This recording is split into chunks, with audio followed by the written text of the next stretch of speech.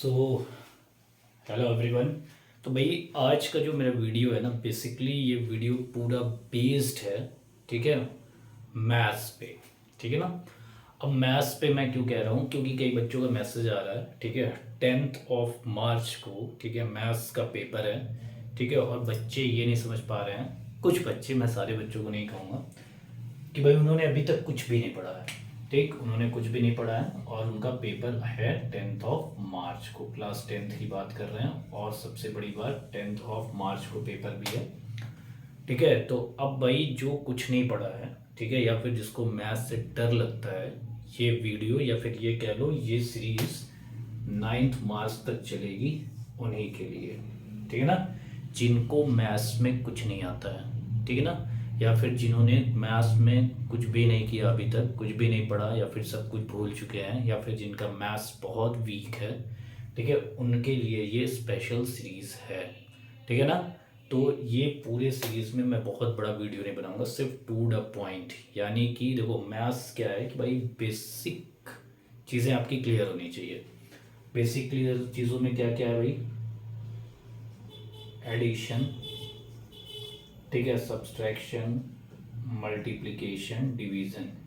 अब भाई 10 तक पहुंच गए हो तो ये सारी चीज़ें आपकी क्लियर होंगी।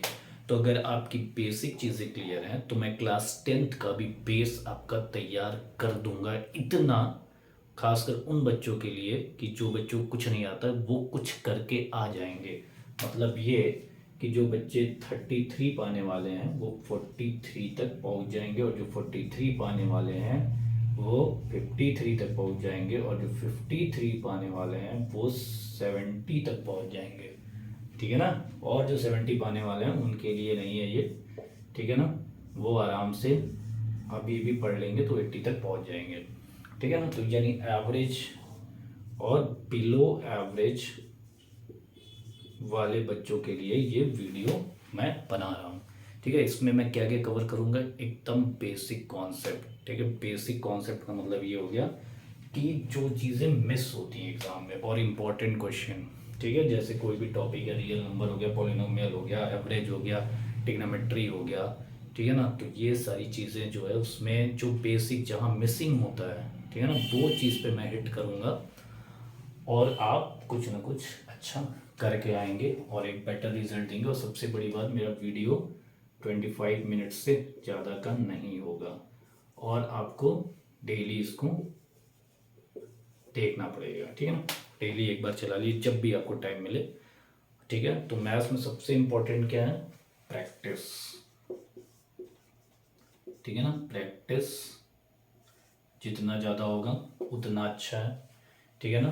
तो प्रैक्टिस आप कैसे करेंगे, अब तक मान लीजिए कुछ भी नहीं किए तो कैसे करेंगे, तो वो सारी चीज़ें मैं आपको बताऊंगा कि कैसे आप जो है अपना मैथ्स का नंबर इंक्रीज कर सकते हैं। ठीक है ना। तो अगर आप मैथ्स का नंबर इंक्रीज कर लेगा तो आपसे ज़्यादा खुशी मुझे मिलेगी। ठीक है ना, क्योंकि मैं ये बेसिकली कुछ बच्चे थे उन्हीं के लिए बना रहा हूँ। मेरा भी मैथ्स में नए बैच से स्टार्ट करने वाला था, बट मैंने एक सोचा कि एक समरी जो है, एक निचोड़ मैथ का आपको दे दिया जाए, जिससे कि आपके बोर्ड्स में नंबर अच्छे आ जाए। ठीक है ना। तो फिजिक्स तो निकल गया, ठीक है, अब मैथ्स की बारी है। ठीक है ना, मैथ्स भी निकालना है, अच्छे से निकालना है, और बहुत अच्छे से निकालना है। ओके, तो आज मैं बेसिकली बस थोड़ी बातें करूँगा। तो भाई मैथ्स की जो हिस्ट्री है, जानती हो, मैं सबसे पहले सबको हिस्ट्री कुछ कहानियाँ बताता हूँ। ठीक है, तो मैथ्स की जो हिस्ट्री है ना, ये बहुत पुरानी है। ठीक है ना। तो अब कहाँ से स्टार्ट हुआ था, ठीक है, ये कोई खास क्या कह सकते हैं पता नहीं है। ठीक है, लेकिन ये बताए कि मैथ्स जो है ग्रीक वर्ड है, ठीक है, ग्रीक वर्ड से ही निकला है। और देखो उससे पहले दो तीन चीज़ें और क्लियर करूँगा। ठीक है, कहीं मैथ लिखा रहता है, कहीं मैथ्स लिखा रहता है, कहीं मैथमेटिक्स लिखा रहता है। ठीक है ना। अब ये मैथमेटिक्स का ये दोनों शॉर्ट फॉर्म है, क्लियर है। तो मैथमेटिक्स का ये दोनों शॉर्ट फॉर्म है, मैथ और मैथ्स। ठीक है, अब मैथ कहाँ बोला जाता है भाई, मैथ यूएसए कनाडा यानी अमेरिकन इंग्लिश में इसको बोलते हैं मैथ, और यूके आयरलैंड और ब्रिटिश इंग्लिश में इसको बोलते हैं मैथ्स। ठीक है ना, मैथ्स। क्लियर हो गया पहली चीज़। ठीक है। दूसरी चीज़ ये बताना चाह रहा हूँ मैं कि मैथ्स का मतलब होता है गणित और मैथमेटिक्स का मतलब होता है अंक शास्त्र या गणित विषय। तो ये चीज़ें आज के बाद कोई भी पूछे कंफ्यूज नहीं होना है। सबसे पहला क्वेश्चन ये मैथ क्यों बोला था, मैथ्स क्यों बोला था, मैथमेटिक्स क्यों बोला था, तो सब एक ही चीज़ है, सब में गणित कैलकुलेशन ही है। मैथ हमारा अमेरिकन इंग्लिश में बोला जाता है, यूएसए या कनाडा में अगर कोई बच्चा मैथ ले रहा है मतलब गणित ले रहा है तो बोलेगा आई एम टेकिंग मैथ। ठीक है। वहीं अगर यूके का बच्चा आयरलैंड का है तो वहाँ ब्रिटिश इंग्लिश बोली जाती है तो बोलेगा आई एम टेकिंग मैथ्स। ठीक है। और ये दोनों जगह आजकल बोला जा रहा है मैथमेटिक्स, और इसका हिंदी क्या है भाई, गणित और मैथमेटिक्स का अंक शास्त्र। ठीक है, यानी कि गणित विषय। क्लियर हो गया।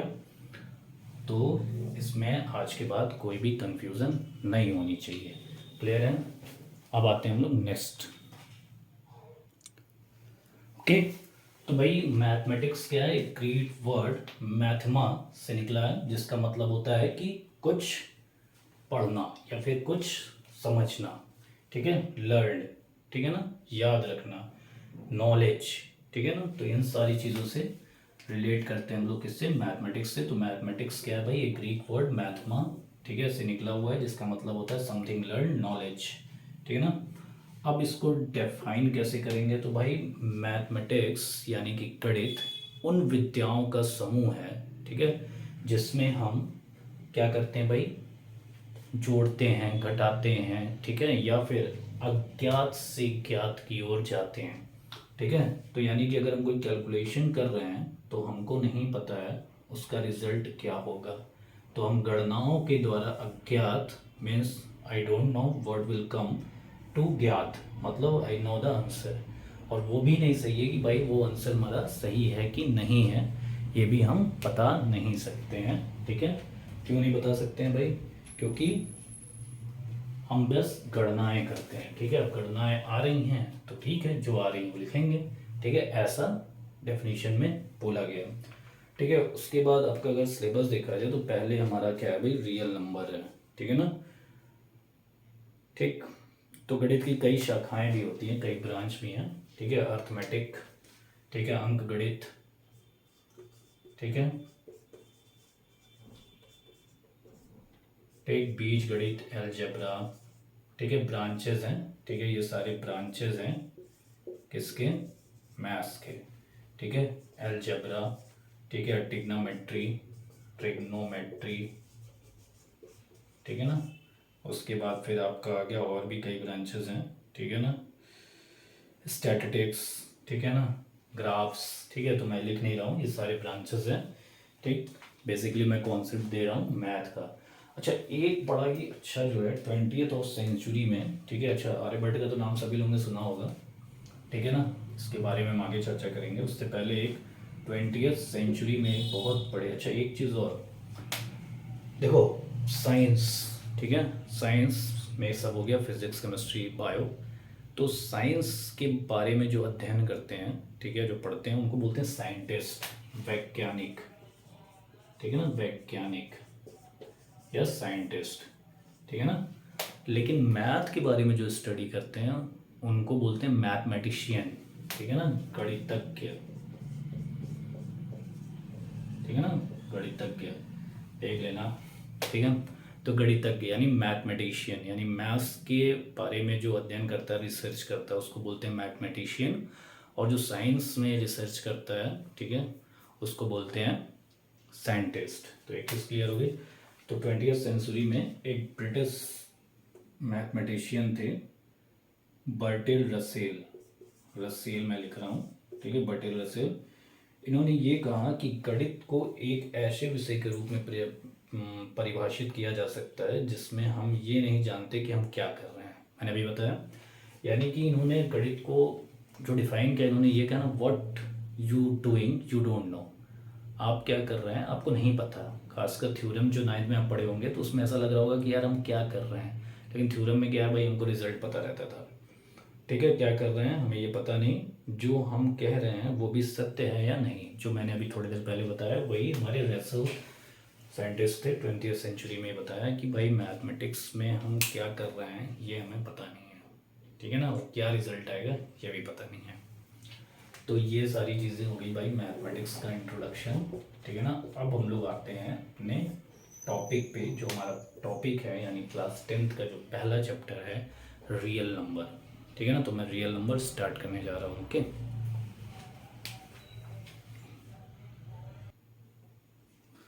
तो भाई सबसे पहला टॉपिक है, ठीक है, आपका रियल नंबर।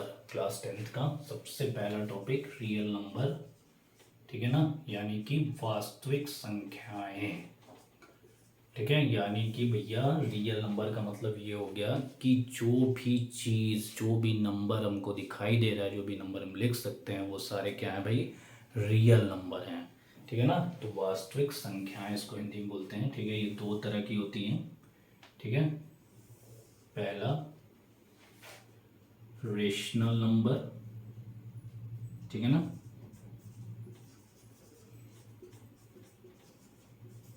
ठीक है ना। पहला हो गया आपका रेशनल नंबर और दूसरा हो गया इरेशनल नंबर, ठीक है। इसको आई आर से बोल सकते हैं और इसको क्यू से, ठीक है ना। अब देखो क्या है, रेशनल मतलब परिमेय संख्या और इरेशनल मतलब अपरिमेय संख्या। तो आपको पता है कि रेशनल नंबर क्या है भाई, जो कि p बाई क्यू के फॉर्म में लिखी जा सकती है, ठीक है। p बाई क्यू के फॉर्म में लिखी जा सकती है, वो संख्या होती है परिमेय संख्या या फिर रेशनल नंबर, ठीक है। और एक कंडीशन ये है इसमें, when q is not equal to. अब बालक अगर q जीरो हो गया तो ये नॉट डिफाइंड हो गया, ठीक है ना। ठीक, क्यों, क्योंकि 1 0 1 जा 0, फिर 1 बचेगा, 0 1 जा 0, तो ये कहानियाँ चलती रहेंगी, उसका कोई आंसर नहीं निकलेगा।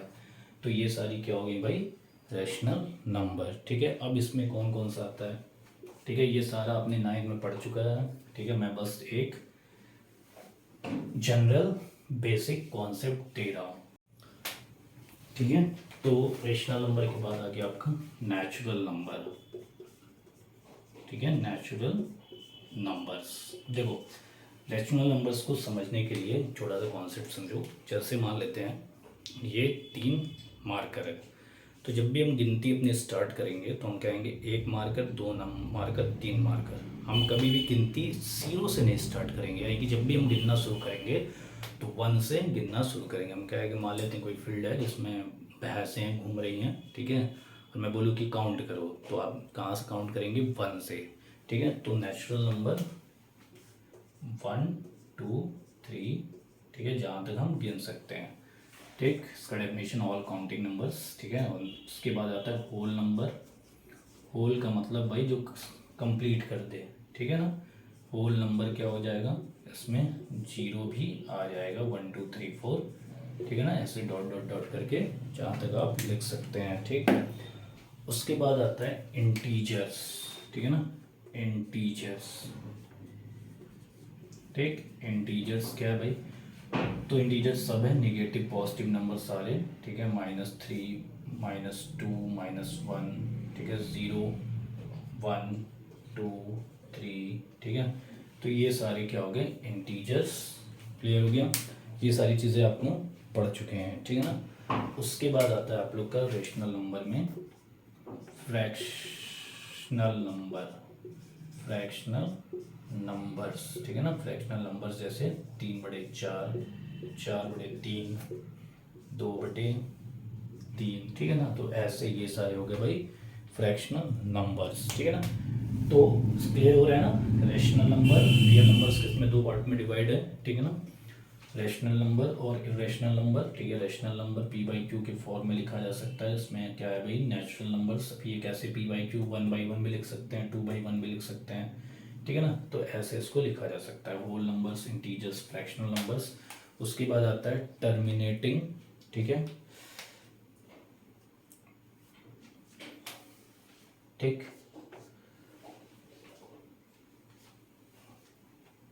और नॉन टर्मिनेटिंग रिपीटिंग, ठीक है। अब जैसे ये क्या हो गया भाई, जैसे मान लेते हैं कि 3/2 है, ठीक है ना। 3/2 का मतलब क्या हो गया, 1.5, ठीक है ना, 1.5 हो गया, ठीक।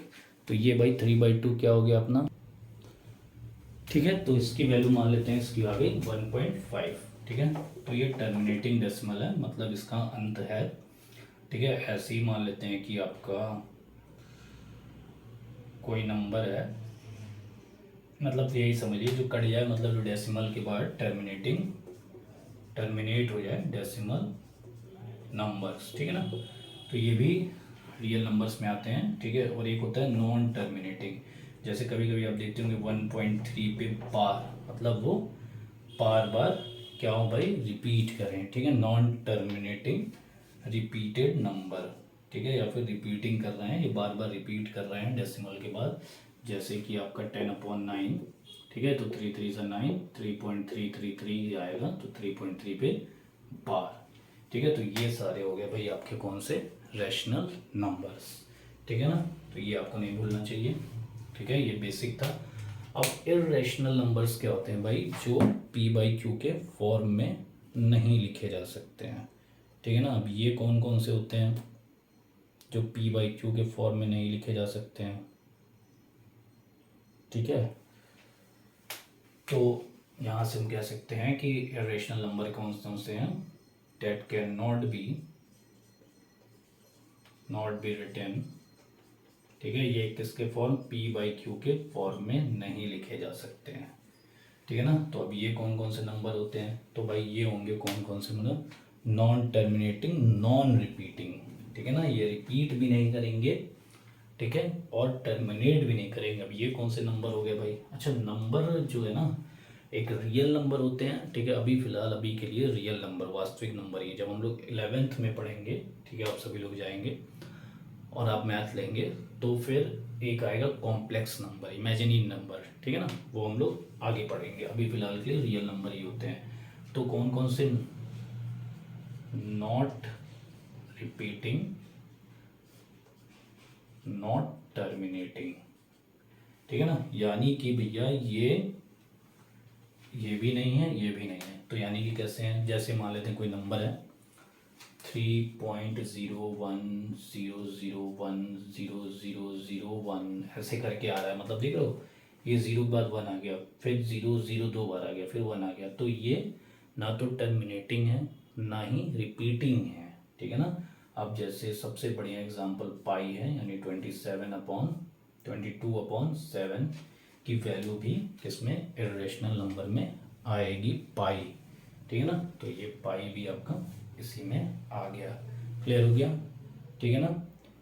उसके बाद आता है भाई प्राइम नंबर्स, ठीक है, और नॉट परफेक्ट स्क्वायर, अभी हम ये भी बताएंगे, ठीक है ना। Prime number, under root prime number, और नॉट परफेक्ट स्क्वायर,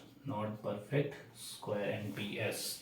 अब ये कैसे नंबर हो गए भाई, जैसे यही इंपॉर्टेंट है, √2, √5, √10, ठीक है ना, और आपका √11, तो ये सारे कौन से हो गए भाई, यही हो गए आपके इर्रेशनल नंबर। अब यहीं से कहानी अगली शुरू होगी, ये 100% आना है, ठीक है ना।